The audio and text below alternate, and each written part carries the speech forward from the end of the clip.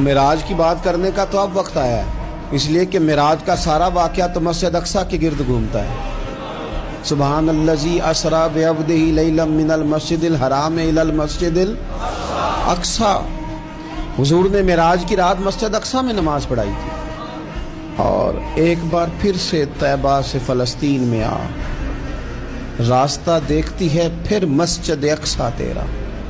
ایک بار حضور گئے تھے مکے سے مسجد اقصیٰ، اور پھر حضور فرماتے ہیں جب میں واپس گیا نا تو کفار نے جو کہ مسجد اقصیٰ دیکھی ہوئی تھی تو مجھ سے پوچھنا شروع کر دیا کہ مسجد اقصیٰ کی کھڑکیاں کتنی ہیں، دروازے کتنے ہیں، پلر کتنے ہیں۔ جب انہوں نے سوال جواب کیے تو حضور فرماتے ہیں کہ رب کریم نے مسجد اقصیٰ کو اٹھا کے میرے سامنے رکھ دیا۔ میں دیکھتا جاتا تھا، بتاتا جاتا تھا، کہہ لوں بات کر لوں۔ ایک دفعہ حضور مکے سے مسجد اقصیٰ آئے، اور ایک دفعہ مسجد اقصیٰ میرے نبی کی زیارت کے لیے مکے گئی، حضور کی زیارت کے لیے مکہ شریف گئی۔ اور میرے نبی تو صرف کسی چیز کی طرف ایک دفعہ دیکھ لیں تو وہاں رحمت کے پھول کھلتے ہیں۔ مسجد اقصیٰ کی طرف منہ کر کے 17 مہینے میرے نبی نے نماز پڑھی ہے۔ مسلمانوں پتہ ہی کوئی نہیں، ہماری خبریں ہی اور ہیں، ہمارا درد ہی اور ہے، ہمیں پتہ ہی نہیں بم کہاں برس رہے ہیں، ہمیں یہ خبر ہی نہیں۔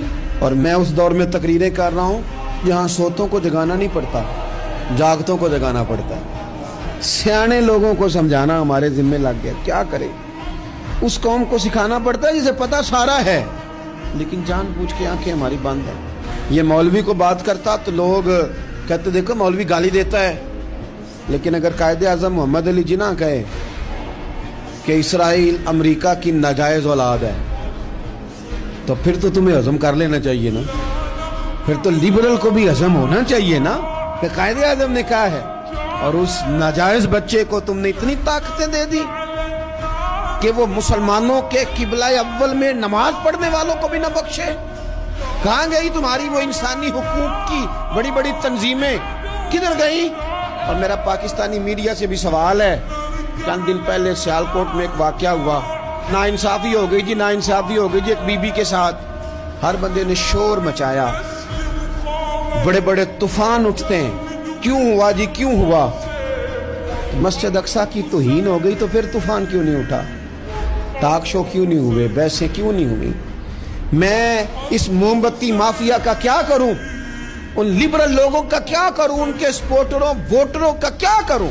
ان سیاسی جماعتوں کے کارکنوں کو کیا نام دوں کہ جو ان فضول بحثوں میں تو وقت ضائع کرتے ہیں، اور وہ مسجد اقصیٰ اس کے بارے میں میرے نبی پاک صلی اللہ علیہ وسلم سے ایک صحابیہ نے پوچھا تھا، یا رسول اللہ مسجد اقصیٰ میں نماز پڑھنا کتنا کو بہتر ہے باقی نمازوں کے مقابلے میں؟ تو حضور نے فرمایا 1000 گنا بہتر ہے۔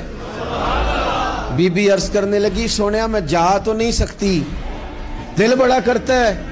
حضور نے فرمایا جا نہیں سکتی تو وہاں تیل ہی بھجوا دے، جس میں حاضری لگوانے کی حضور بات کریں جس مسجد میں۔ اور نبی پاک علیہ السلام نے فرمایا خاص کر کے سفر کرنا ہوا تو 3 مسجدوں کے لیے کرنا، ایک مسجد حرام بیت اللہ کے لیے، ایک مسجد نبوی کے لیے، اور تیسرا مسجد اقصیٰ کے لیے۔